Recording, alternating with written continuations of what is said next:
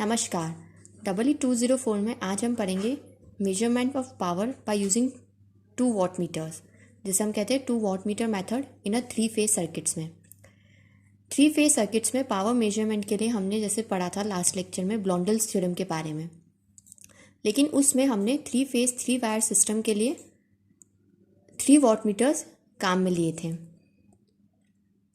अब हम 2 watt metre की मदद से 3 फेज सर्किट्स में पावर मेजरमेंट का तरीका देखेंगे। 2 वॉट मीटर मेथड में क्या होता है, in a 3 phase 3 wire system we required 3 elements. हमें 3 एलिमेंट्स यानी 3 वॉट मीटर्स चाहिए थे, but if we make the common points of the pressure coils coincide with one of the lines, जो common point होता है जिसको हमने सी से डिनोट किया था वहाँ पे, अगर हम उस कॉमन पॉइंट को किसी एक लाइन फेस के साथ कोइंसाइड कर दें, उस लाइन के ऊपर ही उस कॉमन पॉइंट को रखें, अलग से पॉइंट ना बनाएं सिस्टम में, then we require only n-1 elements. n-1 अगर n कंडक्टर्स हो तो n-1 एलिमेंट्स यहाँ पे, क्योंकि 3 फेज 3 वायर सिस्टम है तो 3-1 इक्वल्स टू 2 एलिमेंट्स रिक्वायर्ड होंगे, यानी कि 2 वॉट मीटर्स की ही ज़रूरत पड़ेगी। हमें पता है कि लोड में जो इंस्टेंटेनियस पावर कंज्यूम होती है वो हमने डिराइव की थी V1I1 plus V2I2 plus V3I3। अब हम 2 वॉट मीटर यूज़ करके देखेंगे कि पावर कितनी आती है। तो अगर हम कंसिडर करें 2 वॉट मीटर सिस्टम का, तो ये मेरा 2 वॉट मीटर मेथड का डायग्राम है।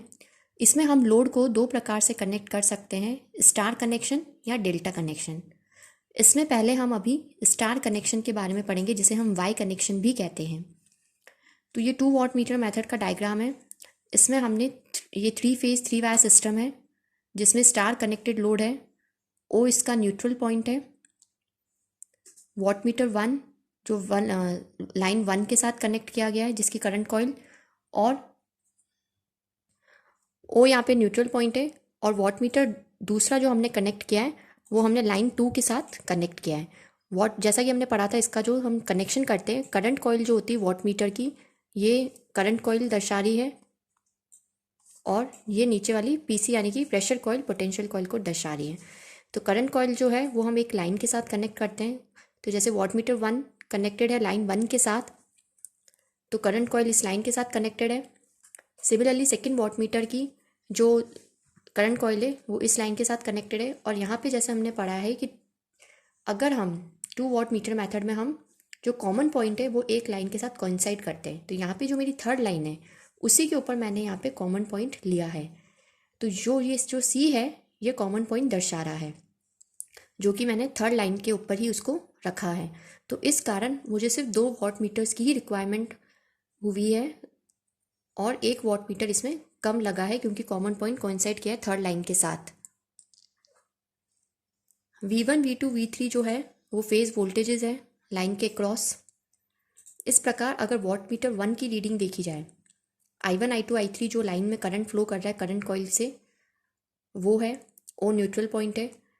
अगर वॉट मीटर 1 की रीडिंग देखी जाए P1 वॉट मीटर की, तो जो पावर कंज्यूम है, जो रीडिंग शो करेगा वॉट मीटर, वो शो करेगा I1 जो उस लाइन में करंट फ्लो कर रहा है, और पोटेंशियल डिफरेंस जो है, क्योंकि यहाँ पे प्रेशर कॉइल पॉइंट C और लाइन 1 और लाइन 3 के बीच में कनेक्टेड है, तो इसलिए इनका वोल्टेज V1 और V3 आएगा। और क्योंकि दोनों की पोलैरिटी अपोजिट है, डायरेक्शन अपोजिट है, तो P1 हो जाएगा I1 इंटू VI, और V की वैल्यू होगी V1 माइनस V3।